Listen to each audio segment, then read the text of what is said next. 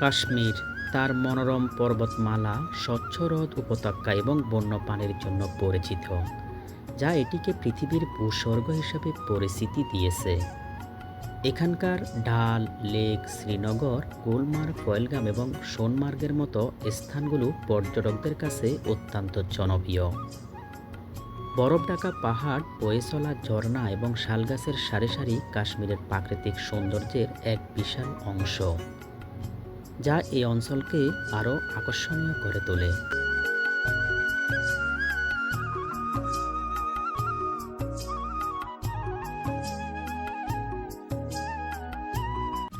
কাশ্মীরের বরফের পাহাড় নিয়ে অনেক ভ্রমণ অভিজ্ঞতা ও কবিতা, লোককথা প্রচলিত আছে।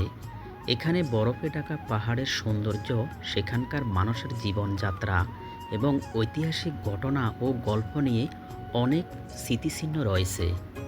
কাশ্মীরের গুলমার্গ, পহেলগাম ও লাদাখের জজিলা পাসের মতো স্থানগুলো বরফের পাহাড়ের জন্য বিখ্যাত।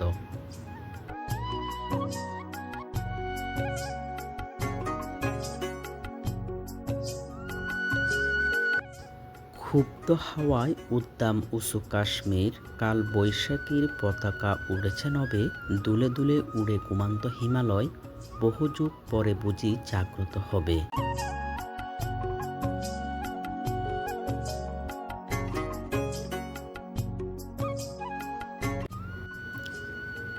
প্রচলিত গল্প ও অভিজ্ঞতা।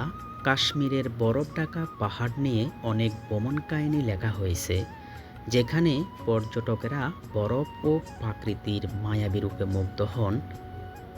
কাশ্মীরের প্রাকৃতিক সৌন্দর্য, যেমন পাহাড় ও বরফ নিয়ে অনেক কবিতা, লোককথা প্রচলিত আছে, যা সেখানকার মানুষের সংস্কৃতি ও জীবনধারার সাথে জড়িত। প্রাচীনকালে কাশ্মীর ছিল একটা গুরুত্বপূর্ণ সড়ক পথ এবং যুদ্ধক্ষেত্র, যেখানে অনেক ঐতিহাসিক ঘটনা ঘটেছিল। এই স্থানগুলো নিয়ে অনেক গল্প ও কিংবদন্তি প্রচলিত রয়েছে।